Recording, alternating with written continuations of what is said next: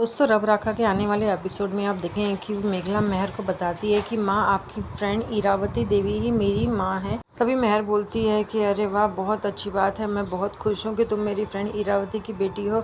मैंने आज तक इरावती के बच्चों को नहीं देखा, लेकिन हाँ, मैं तुम्हारी माँ की शादी पर वहाँ पर ज़रूर थी। वहीं वो परम मेघला को समझाता है कि मेघला, आज तुम इतना क्यों रो रही है, तुम्हें तो आज खुश होना चाहिए कि तुम्हारे असली माँ बाप का पता चला है। तो मेघला बोलती है कि हाँ, मैं बहुत खुश हूँ कि हाँ, मुझे मेरे माँ बाप का पता चल गया। वहीं जोरावर बोलता है, क्या पता इसमें क्या सच्चाई है, क्या झूठ है। हो सकता है कि ऑर्फनेज वाले झूठ बोल रहे हो पैसे कमाने के लिए।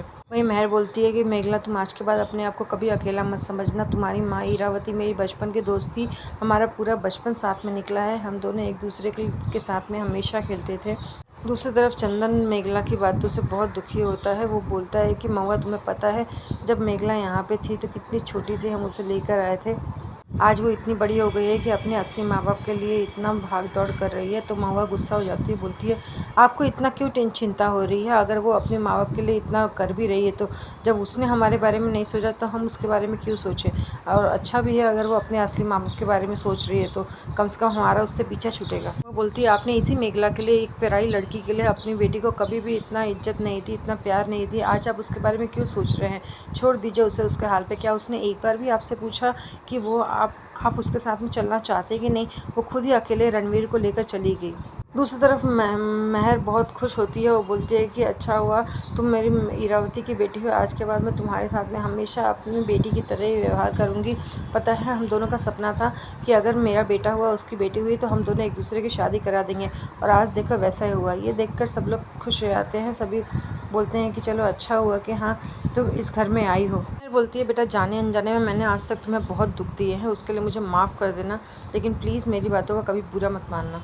चंदन फिर से बोलता है, महुआ, क्या तुम्हें याद है जब हम उससे लेके आए थे तो वो कितनी छोटी थी?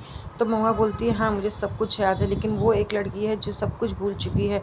तो चंदन बोलता है, हाँ, वो कितनी छोटी सी थी, जब भी वो रोती थी तो मुझसे गोद में उठा लेती थी, वो तुरंत शांत हो जाती थी। महुआ बोलती थी, आप ये सब बातें करना प्लीज़ बंद कर दीजिए। उसने अगर हमारे बारे में नहीं सोचा तो अब मैं भी उसके बारे में नहीं सोचूंगी। हाँ, लेकिन इतना है कि उसकी वजह से मेरी असली बेटी की ज़िंदगी ख़राब हो गई। उससे आज सब कुछ मिल गया है, बड़ा घर मिल गया है, पति मिल गया है जो उसके ऊपर जान न्यौछावर करता है। उसे उसके माँ बाप का भी पता चल गया है, उसके पास में तो सब कुछ है। लेकिन मेरी बेटी एक अभागी, जो कि इतनी सारी टैलेंट है उसके अंदर और इतनी टैलेंटेड है, लेकिन फिर भी उसके पास में कुछ भी नहीं है। उसने सब कुछ उससे छीन लिया है। चंदन बोलता है, महुआ, तुम्हारी ऐसी सोच मेघला के लिए? तो बोलती है, हाँ, मैं उसके लिए ऐसी ही सोच रखती हूँ और अब मुझे उससे कुछ भी लेना देना नहीं है। अगर उसने हमारे बारे में नहीं सोचा तो मैं भी उसके बारे में नहीं सोचूंगी। चंदन बोलता है, महुआ, तुम्हें तो खुश होना चाहिए कि तुम्हारी बेटी को सब कुछ मिल गया है। आज वो इतने अच्छे घर में है, उसे उसके माँ बाप के बारे में पता चल रहा है। क्या ये गलत बात है? अगर वो खुश है अपनी ज़िंदगी में तो सबको मेघला के ऊपर प्यार लुटाते देख कत्रिजा को बिल्कुल अच्छा नहीं लगता। वो फिर से नाटक करना शुरू कर देती है। बोलती है, रणवीर, मुझे बहुत ज़्यादा पेन हो रहा है, क्या तुम मुझे मेरे रूम में छोड़ दोगे? तो रणवीर बोलता है, तुम्हें अभी अपने रूम में जाना है? तो बोलती है, हाँ, मुझे रूम में जाना है। तभी वो रणवीर के ऊपर अपना पूरा भार डालने की कोशिश करती है, उससे गले लग जाती है।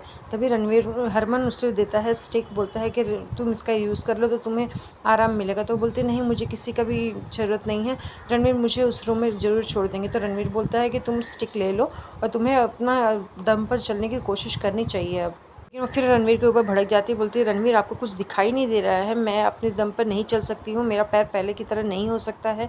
तो रणवीर बोलता है, तुम्हें ऐसे कैसे पता कि नहीं हो सकता है? मेरी रोज़ डॉक्टर से बात होती है, वो बोलते हैं तुम्हारे अंदर इम्प्रूवमेंट दिखाई दे रही है।